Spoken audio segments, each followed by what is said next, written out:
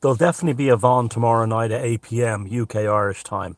There's definitely one coming. I know a lot of people have been saying, where are the Vaughans? I've been just so caught up in, pardon me, other things that I just haven't had the chance. But I'll definitely be doing one between now and Sunday, so it'll definitely be uploaded. And as a regular Vaughn, I'm going to have a go at doing some Vaughn TVs with a camera, and because it'll give me the ability to show and tell things. But tomorrow night at 8 p.m. Ireland, Irish UK time, it'll be it'll be a regular Vaughn, regular audio. So I hope you're all keeping well. It's been an interesting week here in Ireland.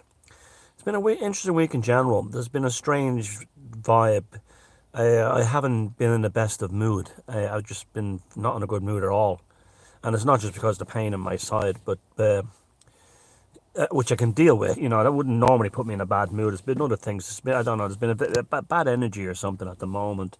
And the world continues to baffle me and continues to get stranger and stranger. I'm sure you're all feeling the same way. I just saw something there. Russell Brand is getting baptized tomorrow. Look, I'm not going to put down someone's religion. That's their own bit. That's their own business. That's, I wouldn't put down them for that.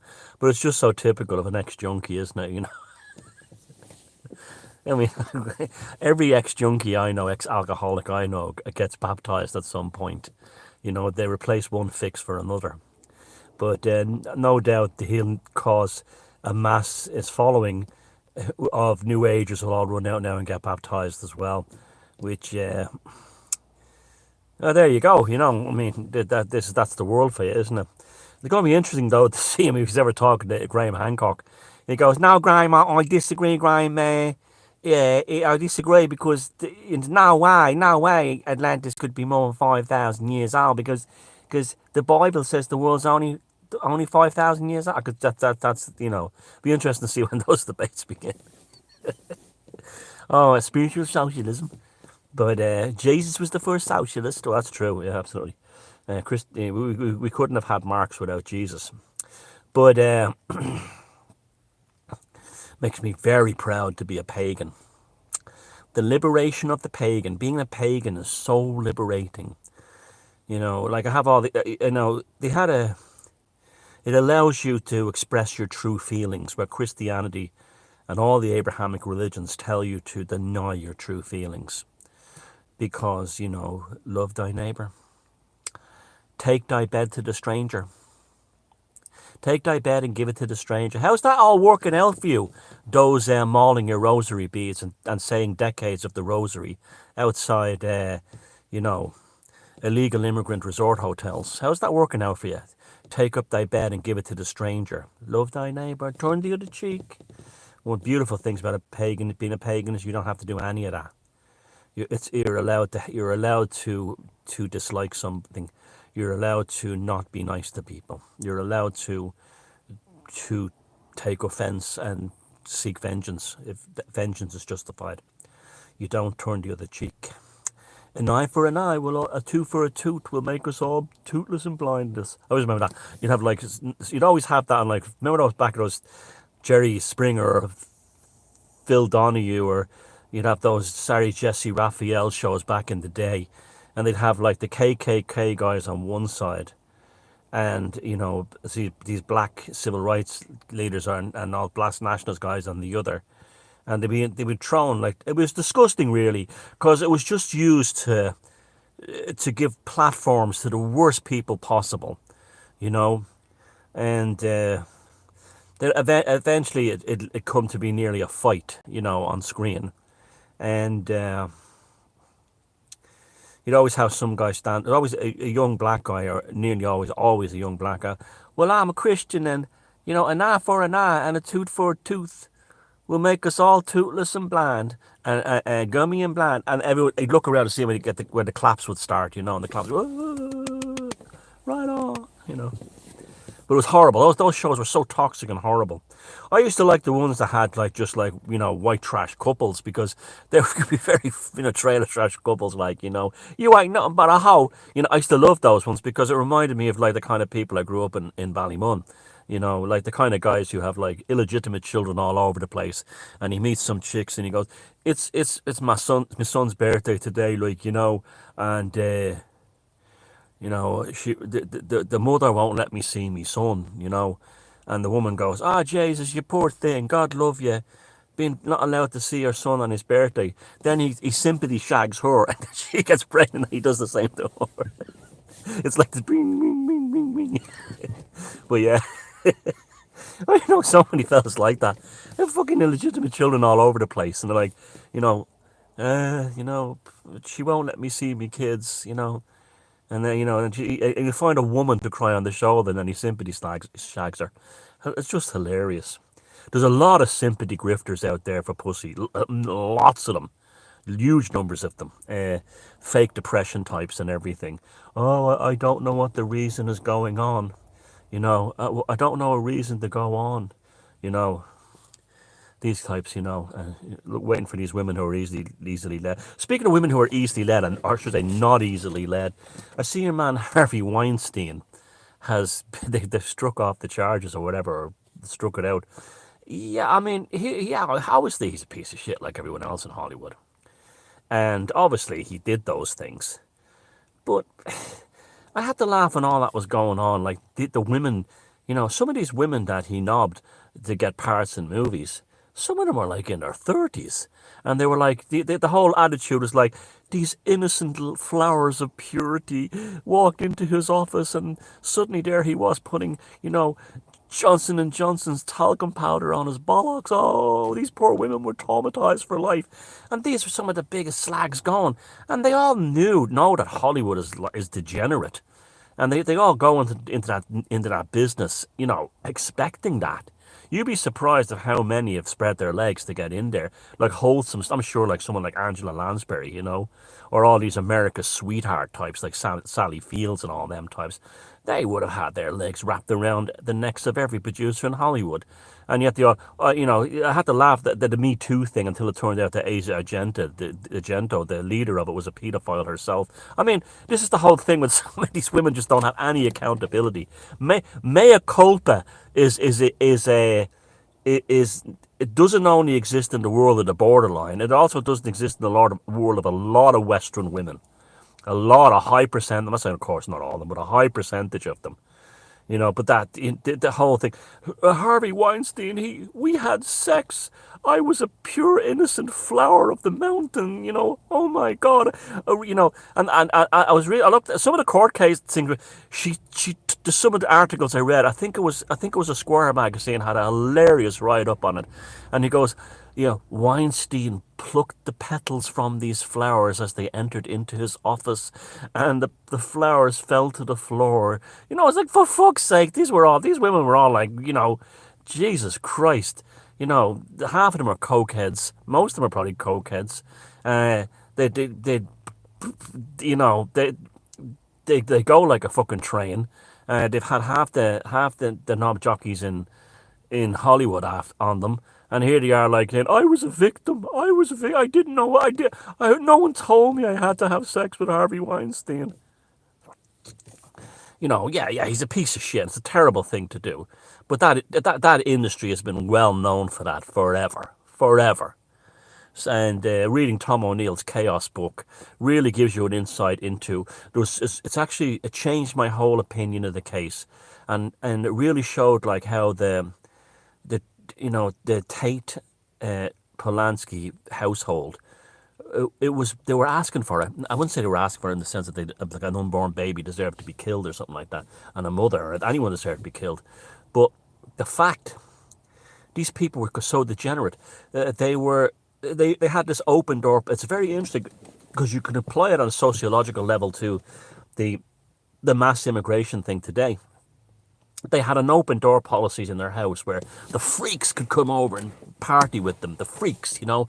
And some of these types they would bring in would be some of the most dangerous and vicious drug dealers in LA. You know, and like murderers and stuff like that. And they would hang and they would stay with them.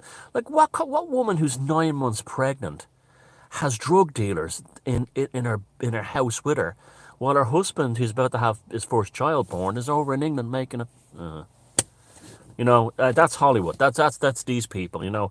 But like that, they opened their doors in the late '60s. It feels good, do it. And they were, even Sharon Tate, she didn't deserve what she got, but I used to feel like this was kind of like a poor girl. She was like, and it is horrible, but she was, again, not an innocent flower by any means. And, you know, like, what kind of woman would be attracted to something like Polanski? He's not good looking. He's a total freak. And then they found videotapes of him instructing, telling her to have sex with other men for his titillation. He could watch a cuckold like porn thing, and she did it. You know. So the Harvey Weinstein thing. Yeah, he's not a nice person, I'm sure, but at the same time too, it takes two to tango, and so it's interesting. I'm wondering if the whole woke thing is kind of ending now. A lot of that stuff. I mean, I keep saying this every so often. There's a Japanese woman here taking photographs of the scenery. She's walking. How do you know she's Japanese? Well, she looks Japanese. Oh, that's racist. They can't tell she's Japanese from Chinese. No, they look different. They look different. But there she's taking photographs of the Irish countryside, a Japanese tourist. But it's like she's right in front of me. Here we go. You'll probably see her walking by now. There she goes. Yeah, in a purple jacket. So you get it all on here, don't you? Yeah. Anyway, well, she come to Ireland at a good time. The weather's lovely. But yeah, so in Ireland this week, something bad went down. A town in County Wicklow. I didn't even know where it was. I thought it was in Donegal for some reason, but no, it's not. It's in County Wicklow in the mountains. I don't know. I'm a typical north side Dubliner. South of the Liffey might as well be Africa to me. And like, I don't think I ever even crossed the Liffey, the river, onto the south side until I'm probably a teenager. And even though I could walk, it was walkable to me. Uh, well, short bus ride, half an hour or so. But the beyond South County Dublin is the Dublin Mountains and then the Wicklow Mountains, and it's in that area. It's behind Greystones, which is a very posh town on the coast. So it's in that area. So it's between the mountains and the sea. It'd be a typical middle class town. There wouldn't be like notorious, like hardcore. It'd be like a village, really, 4,000 people. The government want to move in 1,000 males. We all know that they're always males. They're never families. So 1,000 males, and invariably they'll all be Arabs. All be Arabs. Moving into a town of 3,000, and right next to the resort hotel that they're putting them up in, want to put them up in, is a teenage girls' sports centre. So 1,000 unvetted males, mostly Arabs, next to a sports centre with hundreds of teenage girls from around that part of the county playing Gaelic sports and that kind of thing from age 12, 13, 14, 15, 16. Do you blame the locals? And 1,000 of them in a village of 3,000, and in the mountains. And so after a couple of weeks of local ladies protesting outside the proposed centre, by just sitting there, local women, mothers, just sitting there on chairs and drinking tea and asking politicians to meet them, and invariably the politicians call them far-right thugs and so on. And peaceful, in its usual case, peaceful, respectful, please talk to us, and the politicians saying, shut up and get it, shut up, you Nazis, and deal with it, this kind of thing, or being ignored. So it blew up the other night, and it was like scenes out of Northern Ireland, and this is a country village. This is not like an inner city ghetto or anything. These are middle class people with mortgages and cars, and the place just went up, and they sent in the Garda riot squad, and it got really nasty. And a journalist from Gift was pepper sprayed, even though she showed her journalistic card and said, I'm a journalist, and they knew she was a journalist. Now, I'm not one of those people who will say the cops deserve what they got, but I have to, because they're just cannon fodder for the politicians. See, The Irish politicians and the politicians in your country right now, if you live in the West, they are nothing more than they're hitmen that have been hired by the globalists to attack the native population. They have a hit on us. That's as simple as that. They have a hit on us. It's as simple as that. And their orders are to destroy the national cultures and replace us with Arabs and Africans and Eastern Europeans. Now, I've no problem with Eastern Europeans. I have no problem with Africans or no problem with Arabs. You know, if they're decent, honest immigration people, they go through the immigration. That's all we're asking. Go through the regular immigration protocols that we used to have. Come to Ireland, please do. If you want to build a family and assimilate and work here, you're very welcome. It's been a multiracial country for a long, long time. And that's because it had an immigration policy based on merit. And Arabs and Africans and other people got in here, and they worked and they started. You see them all over the place, and they work in all kinds of jobs.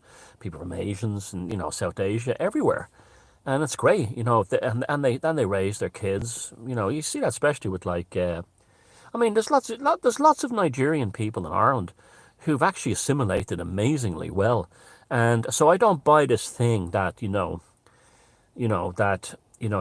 don't assimilate. They do. I mean, you go to places like the black people do assimilate into Ireland. You see them. The kids all talk with thick Irish accents, and they play for Irish soccer teams. You look at the League of Ireland, especially from the Dublin clubs out of their academies. Someone's like Shamrock Rovers and stuff. The kids are all black, and they're all from they're black kids from West Dublin. And they all talk like a real thick Dublin accent, and that they're culturally Irish, even though they have a lot of them will have names that are from Africa, but they're all culturally Irish, and they're all Irishmen. I mean, you look at the Irish national soccer team, and I'd say about a quarter of them now are black kids, young lads, and they're definitely culturally Irish. They're Irish, and that's the end of it. And that's great. That's what we want. That's all we're asking. We're asking what we're not, and we're asking for people to be vetted. What they have is a helter-skelter policy, like the Sharon Tate home right now. Let them all in and see what happens. That's literally what's going on. And they don't care if hundreds of Irish women are assaulted or raped.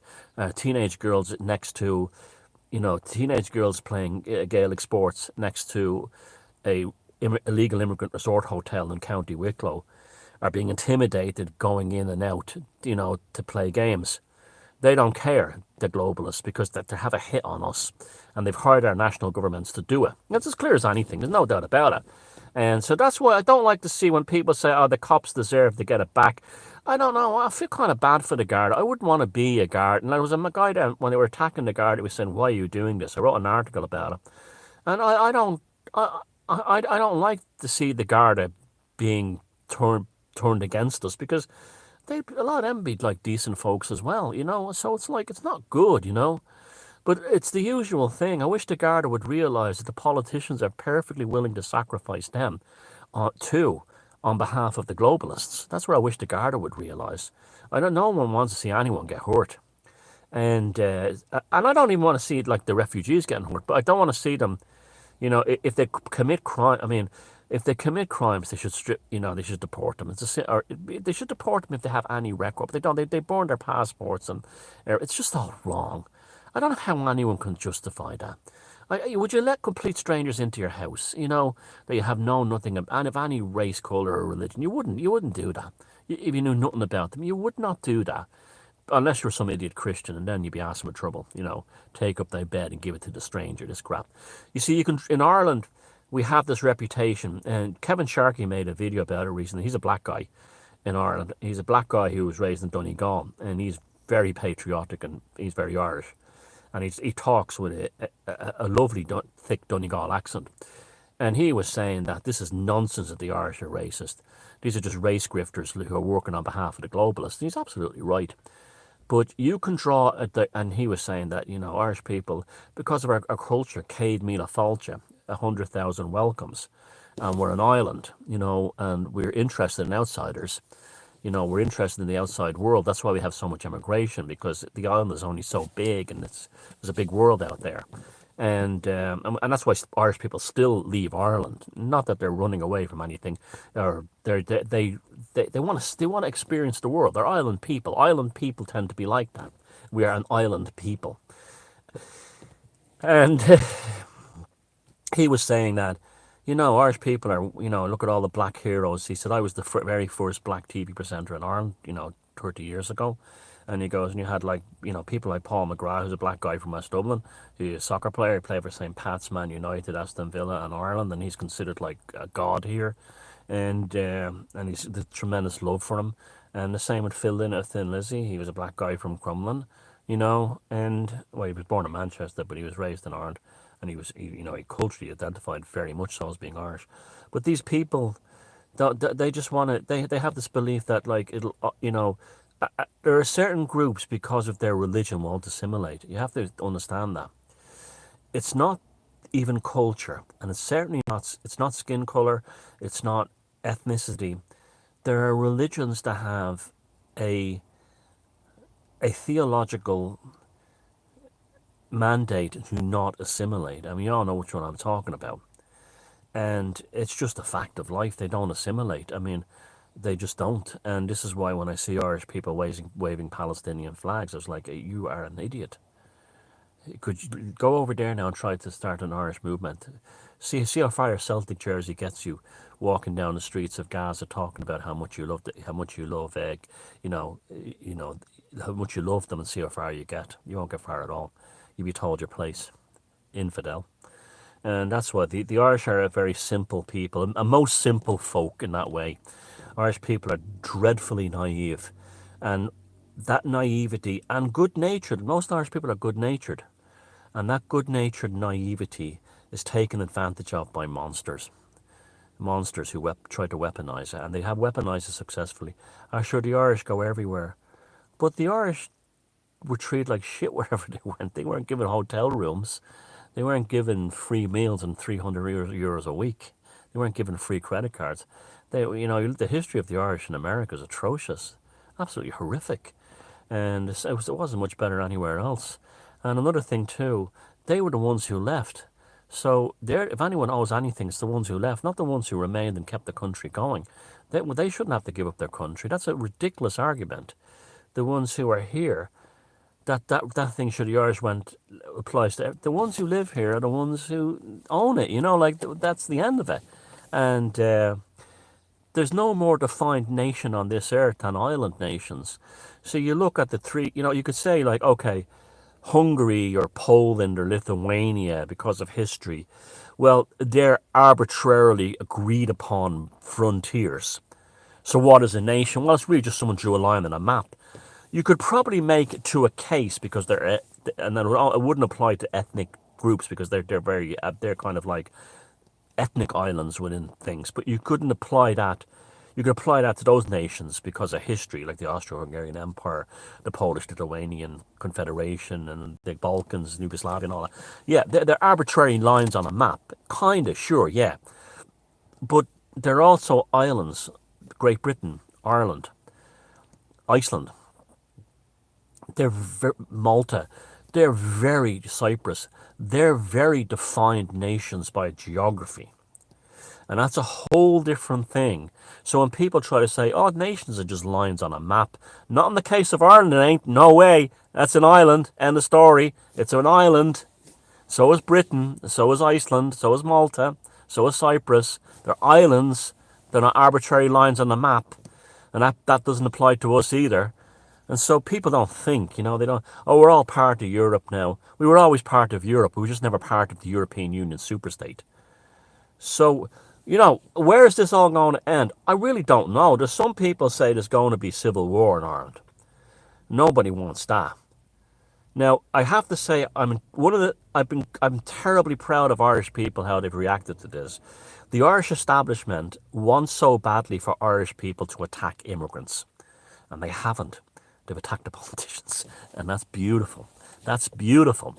They were so desperate for a national front type thing here, and the people said they don't attack they never attack the immigrants. Now they'll find one or two people that may have something went wrong or some idiot, but they'll try to make it that's everybody. No, no, it's a very safe country for foreigners and always has been, and it always will be. We know the Irish sort of like, I don't know what you would call them, the nationalist movement. I suppose the new nationalist movement, because Sinn Féin are complete. Sinn Féin are a Sharia party at this point. They're openly devoted to jihadism, but and I mean it's clear as day. But I guess it's the new national identity movement. I guess or something like that. You want to call it. They're not and they're not after the people are being brought in because they know they're just pawns in this whole global game. They know for a fact. This is why the government here are really worried, because they know for a fact that the people are blaming the politicians and the media and all the other trappings of the state. They're blaming them, and this is disturbing them. This worries them. You can actually see they're not as cocky as they used to be. They're definitely, especially since Varadkar resigned or was kicked out or was blackmailed or whatever happened there, they're not as cocky as they used to be. And none of them are. And the left have become increasingly vicious, and the progressive types in dehumanizing others. That's literally their only thing they can do, is dehumanize other people, because they've no sensible argument. No one is saying close borders. No, no one I know. What they're saying is controlled immigration, and no one has a problem with that. And the problem is that the politicians, the Irish people still have not, at a whole, still have not figured out now that the Irish political establishment, as it currently stands, the heritage Irish political establishment, all the parties, left and right, they're all left at this point anyway, have a hatred of the Irish people and our culture that's unfathomable. You could not even imagine the hatred they have for us and what we are. And they want to obliterate us so they can go to the World Economic Forum and get a pat on the head. So don't forget, tomorrow night, 8 p.m., Irish and UK time, a new VON. And you take care of yourselves, you gorgeous bastards. Sanguine Gnosis.